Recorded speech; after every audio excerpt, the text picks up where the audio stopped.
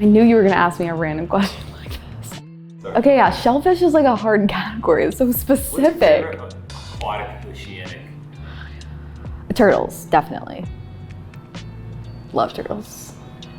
Hey everyone, I'm Katie Stanford. I am on our sustainable consulting team. So I'm a senior project manager. I'm from the East Coast, been in the Bay for about 4 years now. And some hobbies, definitely spending some time outside, love running and hiking. And then opposite end of the spectrum, love to try out salt and straw flavors. I primarily focus on high performance buildings, whether that's within a certification or a more portfolio-wide sustainability strategy. I'd say as of late, we're getting pretty into the health and wellness industry with a lot of my clients, and then also adapting that for not only offices, but mission critical facilities, which has been really exciting.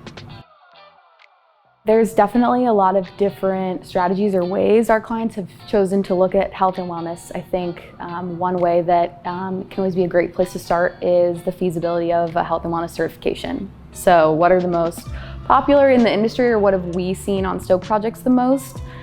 Definitely WELL from IWBI, which is a bit more intensive, but a very reputable health and wellness, focuses mostly on design and operations with some on-site verification. Fitwell is another option. It is a little less technical, more operations and policy focused. Could be better for a non-portfolio adoption at first, just to try it out, see how your company currently aligns with it. And then two, even both of those rating systems actually have come out with supplementary guidance around COVID response, return to office. WELL has health and safety rating and Fitwell has a viral response. Both being a little bit easier option to kind of dip your toe in, make your employees feel comfortable about coming back without taking the whole time for a full certification strategy. It can really be integrated at any point in the project, which is pretty different than the typical design and construction framework. You can adopt it into operations, or even mid-design, mid-construction can come in and kind of survey the scene. What are your policies stacking up in comparison to health and wellness certifications, or even just using them as a framework? You don't have to go for the certification. You can benchmark against it, or even thinking outside of the box and just kind of looking through the sections they focus on, and does your air quality need more attention, or your safety ratings, or what do you need to make your project highlight health and wellness a little bit more? Yeah, that's a great question. I think time has been a huge barrier lately with the ever-changing, when are we returning to office? When is the world opening back up?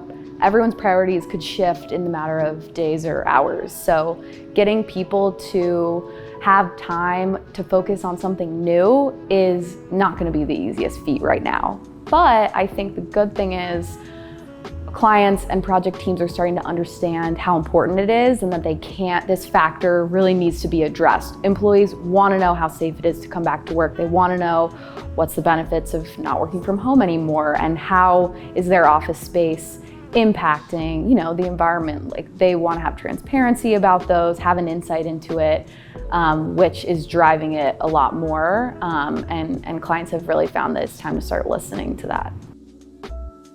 Quick wins or like tips we've seen from these types of projects that the Stok team has been working on more recently, I'd say owner buy-in is definitely the most important. Not that it isn't on any typical project, but here, when you're trying to move the needle and do things a bit differently, it has to be able to get approval from all the people you need. And I think what we've really been trying to prove is that health and wellness is worth it in terms of showing an increase in employee productivity. It's proven. We know that that is worthwhile in this pursuit. Or on the flip side, like showing that an effort is worth the cost because it has a direct carbon reduction. So however we can be involved, help prove that has been a big win for us, I think.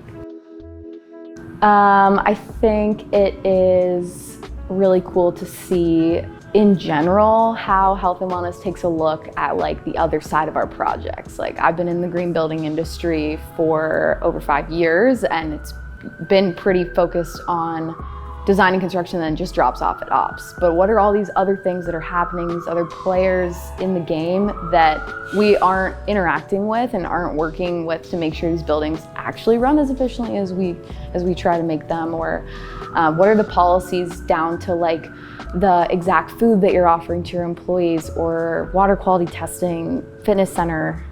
It's just really cool to kind of get to know the operational aspect too, and how can we improve that as a holistic impact on these projects. I think the green building industry is changing a lot, and the fact that we're doing a video on health and wellness is, a huge example of that. And in general, we've just seen our clients looking way more portfolio level. They're not as focused on just one building or just one project. It's how can we better or decrease our impact at the portfolio level, at the global level, which makes it's such a game changer for us as consultants to be involved in. So I'm really excited to see how this continues and evolves.